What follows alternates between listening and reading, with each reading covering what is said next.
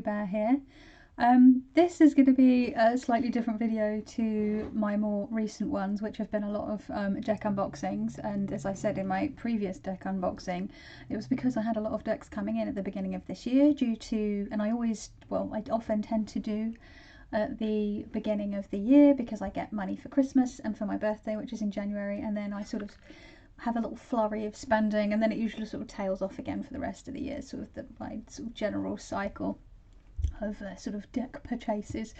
But also I've just been feeling really fried. Life has been lifing, and yeah, walkthroughs, unboxings, just sort of looking at cards has been pretty much all the sort of mental bandwidth I had. That was my limit.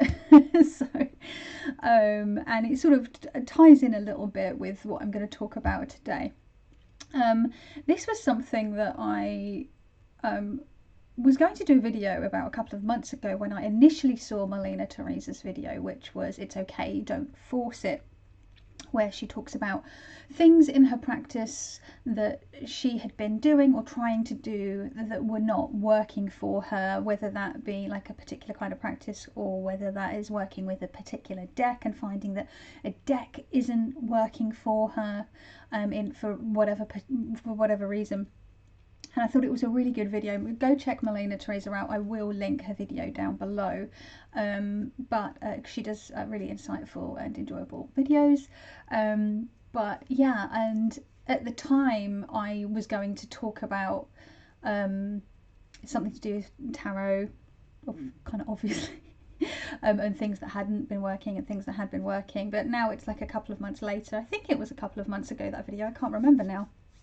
And yeah, at the time when I watched that video, I was actually doing loads more reading, loads more sort of studying. I was very sort of in the weeds of yeah, like a real like hardcore Marseille study renaissance for myself. And then I got into April, I got into this month, and I don't know what it is, but I just really hit a wall. I do think that is for a couple of reasons. The first one is I think I'm neurospicy. And that means, in the particular way that I think I am, I think that means that I get like hyper focused on something until I burn myself out on a topic, and then I drop it and I turn on to something else. Usually I will cycle back to that thing because it's still something that interests me. Sometimes I learn a thing, I drop it and never go back to it, but you know, the things that I find really interesting, like tarot for example, I whatever particular subset of that is, I will circle back round to. So there was a bit of that. I'd sort of been hammering really hard, and if you've watched my previous couple of sort of monthly favourites, the last two monthly favourites, there's been a lot of sort of tarot books, Marseille tarot books happening that I've been reading. And then also, just physically, I tend to sort of boom and bust. I have problems with post-exertional malaise and sort of chronic pain and things like that, and I can really sort of push myself and then burn myself out. And then on top of that, like I said, life had been really lifing at me.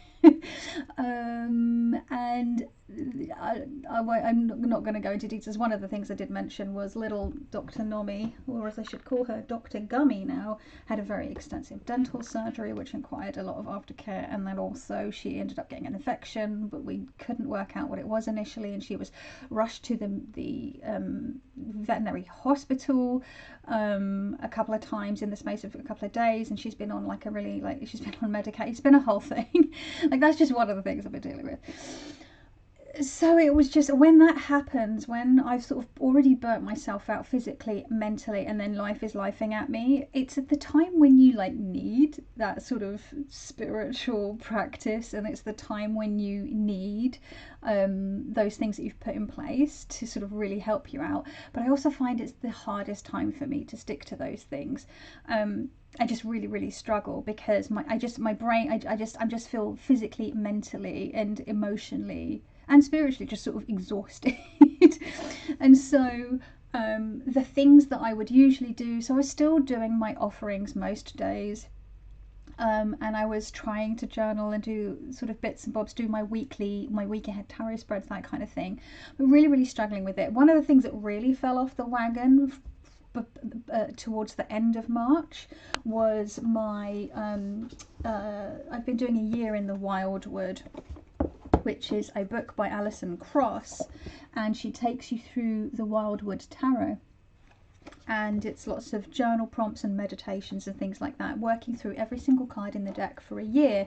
I also have the guidebook that comes with the deck, and then I have the Wild Magic, which is a separate book written by the creators of the deck, that gives you a little bit more extra info, mostly about the court cards and the major arcana. It doesn't go into extra detail on the pip cards. But I had been working through this. I started it with the Daft Days in December, which I took my own time with. So the Daft Days were meant to finish on like the 5th or 6th of January, like around Epiphany. But I sort of spread it further into January. I was just allowing myself to go at my own pace. And then the same with the rest of, like, as I continued, it started on Imbolc. The actual sort of year in the Wildwood started on. You can start it at any time, but the book itself starts on Imbolc, and I bought this book at Christmas, and so I was like, well, this is I can do it. I can do the Daft Days, which happen after Christmas, and I can, I can start it when basically I could do it in order that the book is laid out. Essentially, was what I mean. I'm saying it in a very sort of roundabout and terrible way, I found that I was it started off quite well, and then the same with anything. This is the thing, I need routine and I crave routine, but once I get myself into a routine, I get bored, and then I need variety. It's just the way my brain is, and I'm having to learn how to live my life with this situation. It's just how I've always been, and I just have to sort of deal with it, and it's just sort of, that's part of what I'm trying to do this year. So I had sort of been doing it at my own pace, and then it got to March and I was up to date with it. I hadn't been doing each card on the days that you're necessarily meant to, but I just thought I'm just gonna just still try to keep up to date with it. And then I got to like the equinox, and I just it just dropped off. I didn't do anything after that. I really just didn't touch it. I didn't want to. I couldn't bring myself to. And I don't know what it was. I just it was on the side I kept moving it. I kept putting it on my bedside table, putting it downstairs on my dining table, putting it on my dressing table, just to see if I changed where I put it, would it sort of prompt me to notice it and do it, or I don't know, I was just actively avoiding it. It wasn't working for me. Something in that point in time wasn't working for me. I do think I was butting up against a bit of resistance with some of a couple of the previous prompts. One which was for the 5 of arrows, which would be the 5 of swords, which was frustration, and then the 6 of arrows, which is, what was the 6 of arrows prompt? I couldn't remember. Knight of Arrows, where are we? Let's see. Oh, transition. And it was to do with, like, where are you being asked to consider new possibilities? Can you unfurl your sail and cast off? Blah, blah, blah. But I think it sort of, I think it struck a nerve with me, especially with the frustration, because I've been feeling very frustrated for a long time, and the transition, because I feel like there are so many things that I would like to do creatively, or sort of bubbling away creatively, especially with like my artwork and my shop, my little business, which is, sort of had come to a bit of a standstill this month with everything that's going on, which is not great. It's not ideal, but it is what it is. And I just feel frustrated, and I think it's a combination of all those things making me feel resistant, but then also just feeling just really tapped out. It's really hard to refuel your tank creatively or spiritually when you're sort of unable to bring anything new or exciting, or go and do anything new and exciting due to certain limitations. So there was a lot of frustration, and I think it sort of put me in a position where I didn't want to do this journaling. This is all just probably coming off as really, really rambly and not really making much of a point, but I just wanted to just talk it out. Just I'm thinking aloud, I'm organising my thoughts as I speak. So And then after like a couple of weeks of trying to force it, of like going, I really need to do that, I really need to knuckle down, and then I'm beating myself up at the end of every day when I didn't, I just let it go. I was actually thinking of Marlene Theresa's video. It's okay, don't force it. Because especially with the way that my brain works, as soon as I feel like I have to do something, if I force myself to do something, I either don't want to or I just can't. I cannot physically, even if it's something I want to do, I cannot push myself to do it. It's the most frustrating thing. It drives me bananas, right? So I let it go. I was like, do you know what? I'm going to get back to that when I get back to that. And around the same time, at the beginning of April, I finished reading. Did I finish reading something, or I had just finished reading something at the end of March? I can't remember. There was a tarot book that I had just finished reading. And no, oh, maybe it was this. That was it. At the end of March, I had started reading these 3 books at the same time, and they're all Marseille tarot books. I was sort of reading a little bit of each one each morning, like a little platter, a little buffet of tarot de Marseille yumminess. And I found that I got to a point where I didn't want to. Sort of at the beginning of this month, I was like, I couldn't bring myself. I don't know what it was. I'm enjoying these books. I've been enjoying them. I mean, I'm like 2/3 of the way through the yellow one, over halfway through of the Jean-Claude Flamboy one, and maybe like a fifth of the way into, maybe less than this was the one I read the least of, the Cherry Gilchrist. That's not to say anything about its quality. I've not read enough of it to sort of comment. I've only ever read random entries for cards. I've not read the thing in its entirety from cover to cover. But I just couldn't bring myself to read it. What I wanted to do was I wanted to read fiction. It's so funny because for the longest time I couldn't seem to get myself back into fiction. I love reading fiction for most of my life, and for some reason I'd really gotten into like a reference book or sort of more sort of learning books kind of phase for a long time. I don't want my tea to get cold. I'm just looking over because I realised I'm going to quickly grab the book that I was wanting to read, and I literally finished it this morning and I loved it so much. And it is The Crooked Kingdom by Leigh Bardugo. And she is the writer of Shadow and Bone, which is currently season 2 is currently available on Netflix. And I got into the books by watching the first season. I read the first of the Elena Starkov books, Shadow and Bone.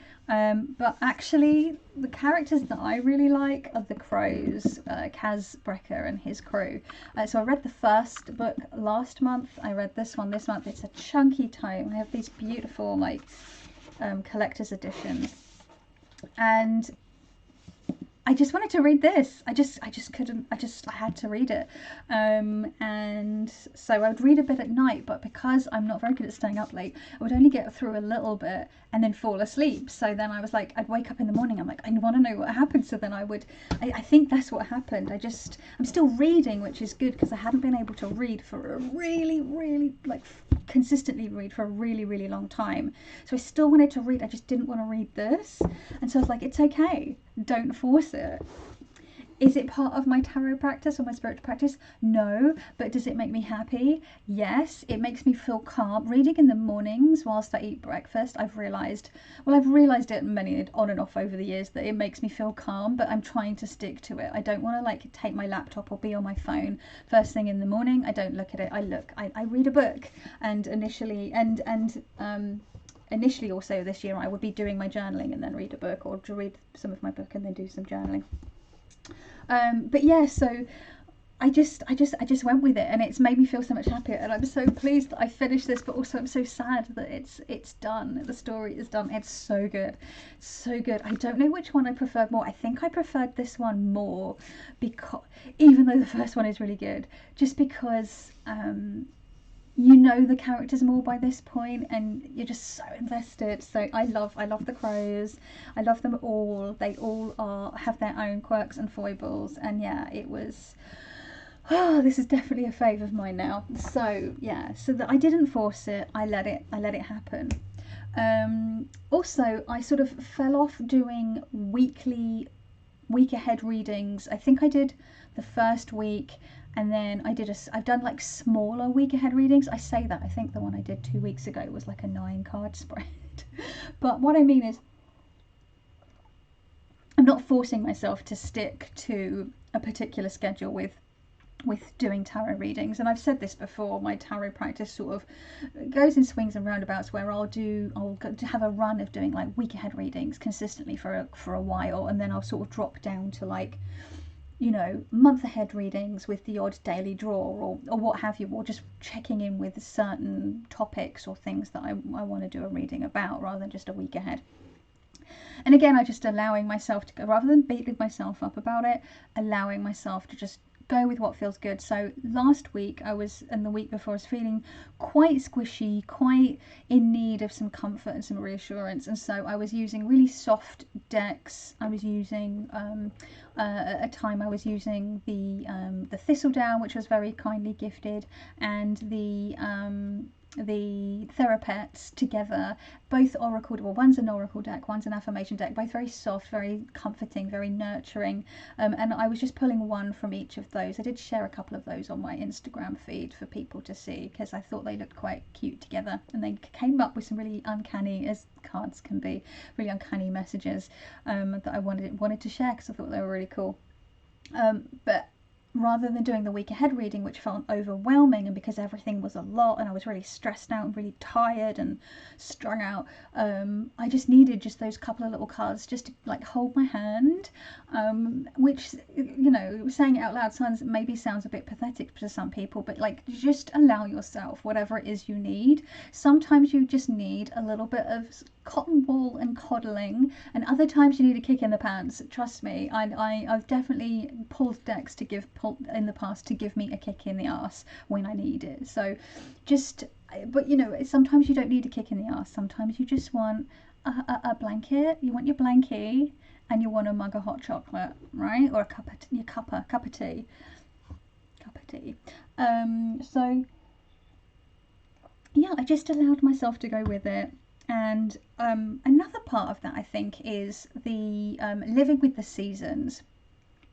I mentioned in a previous one of my like philosophical waffles, I was talking about how in the Middle-Aged Witch, Eli Rowe, she talks about sometimes the thing to do at the full moon is rest. And she says rest is the ritual. Sometimes rest is the ritual. And I really like that. Sometimes you don't want to do a full-blown ritual or spell work or whatever it is. Sometimes you just need to rest, whether it's I think maybe I can't remember if she was talking about a full moon or a new moon or a dark moon or whatever, but we should talk about the rest being the ritual. And then there's also an episode of the New World Witchery podcast with Lane and Corey Hutchison of the New World Witchery book that I've spoken about before, talking about living in the seasons as a witch. And it doesn't just mean the wheel of the year, it just means literally working with the seasons and whatever that is for you where you live. So here I'm in the UK, I live in the south, I live in London, and we get 4 seasons. I've noticed as I've gotten older, due to climate change, the seasons have shifted, and the way that they sort of manifest has changed a bit. But it's currently raining, right? So what's the saying? April showers bring May flowers. So it's pissing it down. It's actually a bit chillier today, but the last couple of days it's been mild, it's been sunny, clear blue skies. It's been amazing going for WALKs with Dr. Nomi in this weather. Not this weather, the sunny, warm, you know, I didn't even need a jacket yesterday, just a sweater and a little gilet over the top, and I was warm enough. It was really, really nice. So for me, I've always spoken about on this channel how in autumn, as soon as like September hits, bam, I go into study mode. I go into cozy studying. I want new stationery, I want new books, I want new decks, I want something new. I get really excited for spooky season, so usually I'll sort of get nerdy about that in some way with my spiritual practice or my tarot practice, or both. And it's a really exciting time for me. Autumn is when I really sort of feel like I'm coming alive. Like that's it's not too hot, it's not too cold. It looks beautiful because you've got these gorgeous colours. You've got pumpkin spice everything up the wazoo, and I love pumpkin spiced stuff. I love things pumpkin spice smells, pumpkin spice candles, pumpkin spice. I struggle with pumpkin spice lattes. It's really difficult to find a good one, at least here in the UK, and I don't really give my money to Starbucks, so I actually don't even rate their coffee. I don't really enjoy it, so yeah, there's that. So most of the time I had made them myself. I do like gingerbread or pumpkin spice lattes at home. That was a lot better for me. And yeah, I find when it gets into winter, I go into this sort of reflective, contemplative, inward, sort of a little bit navel gazing,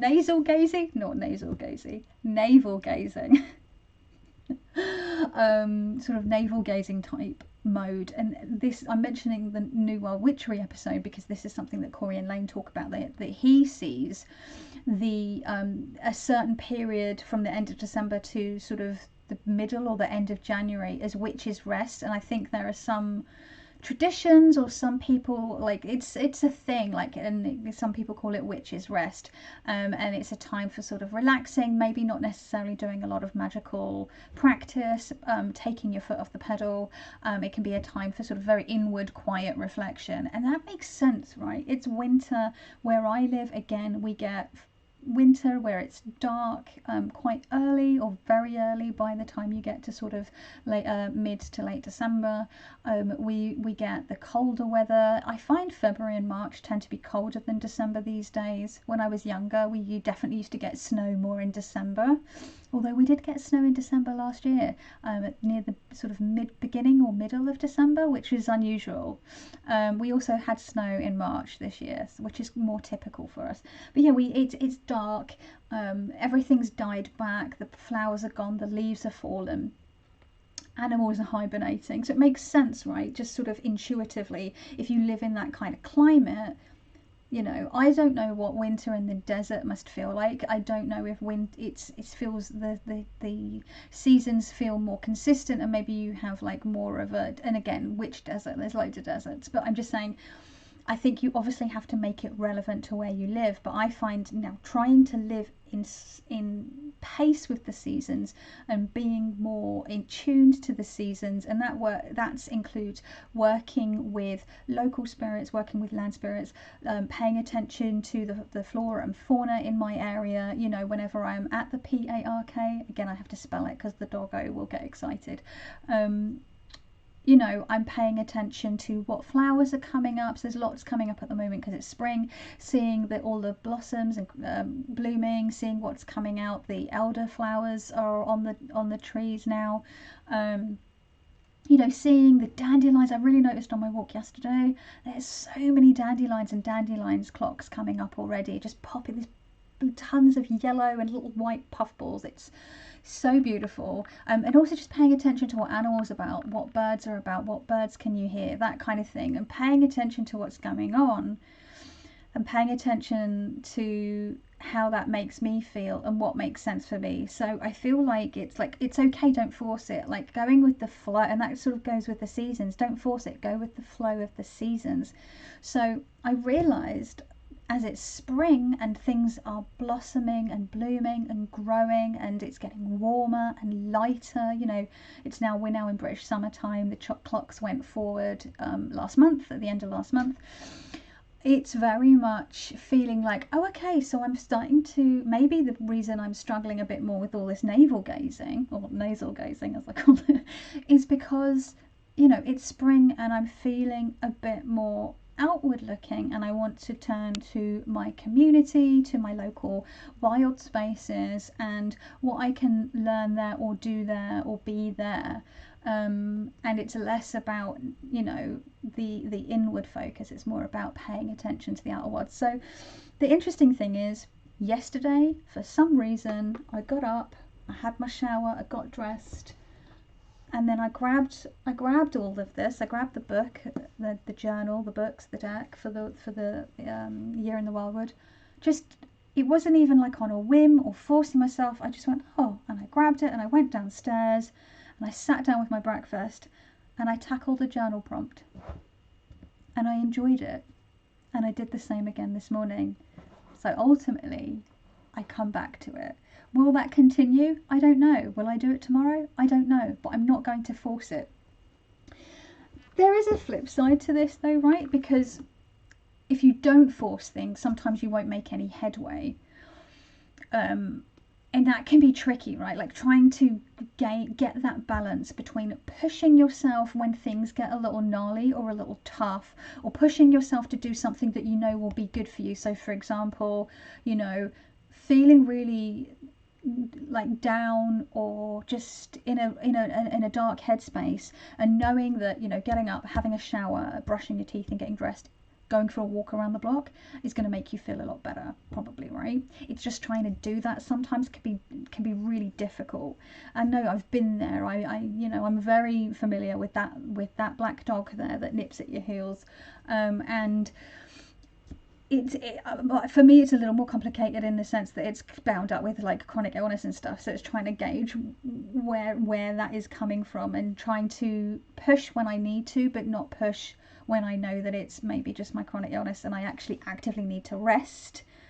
And I don't always get it right, and I often don't get it right because I'm the kind of person, and I don't know if it's just partly nature, partly nurture, and partly the society that we live in, is that you are constantly made to feel like you need to be productive to be a valuable human being. And I've spoken about this before, which is just an abhorrence, like sort of way to view the world, but it's very difficult to sort of climb your way out of, and it's a constant readdressing, re-remembering, reassessing, constantly re-reminding yourself that no, it's okay. But yeah, so I've had to push myself this week to get pouches made so that I can do a shop drop shortly. It's coming soon, because I couldn't flounder anymore, and luckily a lot of stuff, touch wood, touch something, touch, I don't have any wood to touch. Oh, I do have wood to touch. I've got these wooden, I'll touch this wood, I've got these wooden runes, touch this wooden rune. Which one is it? I don't know them well enough anymore. Is that Boaz? No, Boaz isn't a rune, is it? I'm thinking of the pillars on behind the high priestess. Anyway, oh, I don't know if you heard that, but she made a big harumphy. Oh, let's look at her laying there in her little snuggle cave. And now I can't remember what I was saying. Fuck my life, my brain. Oh, that was it. Now the things have sort of settled down with regards to Nomi and some other stuff that I've got going on. I have the space, I have the mental capacity, the physical capacity, the emotional capacity to actually try and sit down and do some work and do my offerings more regularly. And I guess I now have the emotional and capacity, the headspace to do this journaling, you know, this journaling journey. But I did think to myself this morning, do you know what it's called? A year in the wild? A year in the wildwood. But if it's 18 months in the wildwood, or 24 months, 2 years in the wildwood, if that's how long it takes me, do you know what? That's how long it takes me. It's okay. Don't force it. Just enjoy it. It doesn't have, like, it's basically, you know, based around, set around certain times of the year, but it's not set in stone. You know, and yeah, maybe some people would say, well, I'm going to lose the benefit of the lessons learned if you don't do it when you're supposed to. But again, as Judi Dench's character Armand says in one of my favourite films, Chocolat, don't worry so much about not supposed to or supposed to, or whatever it is she says. I love her character. She's amazing. Judi Dench, national treasure, amazing. So yeah, so I've got some little notes here. So I've mentioned the, like, okay, it's don't force it, living with the seasons. I'm interested to see how summer turns out, because I actively dislike summer when it gets into the real, like, heat of it. Like usually August is my least favourite month. It's too hot, it's too bright for too many hours of the day, it's too humid and clammy, it's all a lot, there's people out everywhere, it's just too much. There's pollen, the pollen count goes up, the pollution in London like really rises, it's got its own microclimate, it's real. Ugh. And as I've gotten older, I've found it more difficult. It just really exacerbates like my pain levels. I find it hard to focus. So I'm really interested to see what happens with my reading and my studying and my journaling as it gets into summer. Beginning of summer is usually okay. It's usually towards the anywhere between sort of the mid to the end of July when it really starts hotting up. And August, the only good thing about August is that we can get some really great convectional rainstorms and thunderstorms. That's the best bit about it. I enjoy that. I take those wins when I can during the summer.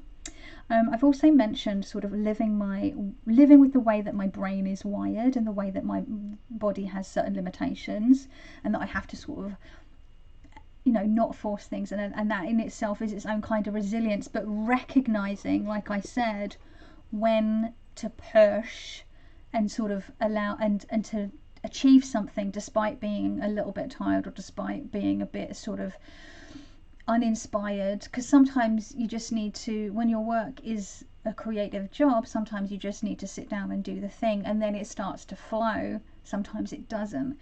Getting started for me is the hardest thing. Again, I think it's down to the brain box. But yeah, I think sort of learning to sort of not force, and my word of the year is resilience, for anyone who hasn't seen my philosophical waffle about resilience and what that means, or what does it mean to other people, or what can it mean, is that, learning to not force things, to live with the seasons, to live within the limitations of your body and your lifestyle, whatever you've got going on, but and knowing when to push it. So learning when to pull back, when to push, that's resilience in itself. It builds resilience and helps you remain resilient, I think. And so plans. I'm going to try and keep things loosey-goosey. I'm taking my foot off the pedal. I've decided that, you know what, I think I just went so hard on the Marseille study that these 3 books I'm going to put back on my bookshelf. I'm not going to force it. It's okay. Don't force it. This is finished, so this can go back on the bookshelf. And I'm just going to allow myself to read more fiction. I got 3 fiction books with a book token that my dad got me for Christmas. I got a Terry Pratchett book, which was did I get The Colour of Magic, and then I got Mexican Gothic, and I got Ursula K. Le Guin book as well. So I've got those 3 books that I haven't started yet, so those are nice yummy things to get on with. And also it was mine and my husband's wedding anniversary last weekend, and he bought me something off of my wish list, my Etsy wish list, which was this beautiful set of Saxon or Frisian or Anglo-Saxon, they get called Anglo-Saxon, Frisian, I think sometimes Northumberland, and sometimes the Futhorc, Anglo-Saxon runes, hand cut, hand carved. They've been burnt on one end and then they've been oiled with something that smells amazing. They're white English white oak. But I used to use runes when I was younger, in my late teens and early 20s, and I have to be honest, I can't remember a huge amount about the Norse runes, but I felt more called to, the Saxon runes, because, I'm here in England. So I thought, let's get the English version.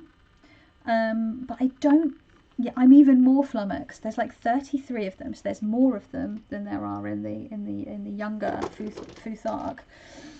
And yeah, I don't really know where to start. I have found an interesting woman on YouTube who's doing a series about the Saxon runes, so I watched her introduction video yesterday, and I kind of enjoyed that, so I'm just going to see what the next one's like. But books wise, there's very little information, it seems, out there, like in printed form. So if anyone has any recommendations for Saxon rune books that are good and not racist, because I know there's a real problem with like at least Norse paganism, Asatru, heathenry sort of being co-opted by the far right, which is horrendous, and we need to push back against that whenever we can. I don't know if it's happening. It probably is happening with the Anglo-Saxon ones and English heathenry, you know, because people are awful, you know. But yeah, if anyone has any good resources, because it's so hard to know what's going to be good and what isn't, that's something I want to sort of, that's something that I can, if I'm finding I'm struggling with tarot stuff, or I'm getting stuck on herbalism, which is something that I've sort of, now that it's spring, I sort of find I get more, I'm outwardly looking again, because I'm in the plants and observing, I get a bit more excited about again. So that's one thing. But yeah, this is one thing that I can turn to if I feel like I'm getting stuck and I'm trying to force something too much. I just pivot. That's what I do. It's like creatively. If I get bored of like drawing in my sketchbook, I pivot and I do some art journaling, or I pivot and I do some textile art, or I pivot and I, like, I don't know, tailor some of the piles of clothes I need to like tailor, you know, get on my sewing machine, or hand fell a hem or something on some trousers that need taking up. I always need to be doing, but I can't always be doing the same thing. So I don't know what this was. This was just a really big ramble at you. I'm just talking through my thoughts. So how about anyone else? Does anyone else feel sometimes that they are having to force their tarot practice or their spiritual practice? Do you feel that you that it comes easy to you, that you find routine easy and enjoyable for you, or are you the kind of person that needs to change it up regularly? Like, I always need what I'm realizing, right, is that I always need to have a little, I need a platter, that buffet, right, a buffet of things that are part of my spiritual or tarot practice or well-being practice, whether that is journaling, meditation and breath work, offerings, you know, reading the tarot, studying the tarot, herbalism, those kinds of things, you know, yoga, going for a walk, all those little things. And as long as I do at least one of those or two of those, if I grab a couple of those a day, then I'm doing good. I'm not going to be able to do all of them every day. I don't have the time, let alone the energy. But I would also find it overwhelming. I've tried that before, where I've tried to do all the things every single day, and within like 10 days I'm absolutely exhausted and I've pushed myself into a flare-up. So that's no good. But yeah, so, oh, hang on. Hello, Boo Boo. Oh, well, she's so cute. How are you doing? You okay? She's looking at me because I know she wants to go for a WLK, but it is chucking it down outside and she hates walking in the rain. So I would take her downstairs and show her that it's raining, and she would literally just turn back round and come back inside, because she, you know, she won't do it. So I'll just have to open the window and show her that it's raining. Hopefully she'll understand what I'm trying to say. If it dries up later, then yes. Otherwise, you know, maybe there'll be a break in the rain and we can go, huh? Anyway, this is all not to do with the video that I've just made, so I'm going to go. But yeah, let me know your thoughts below regarding sort of not forcing things and sort of moving with the seasons, and how that looks for you, and sort of living within whatever limitations you might have, and yeah, that kind of thing. Let me know. I'm interested. I'm interested to see how other people sort of cope or sort of organise things for themselves.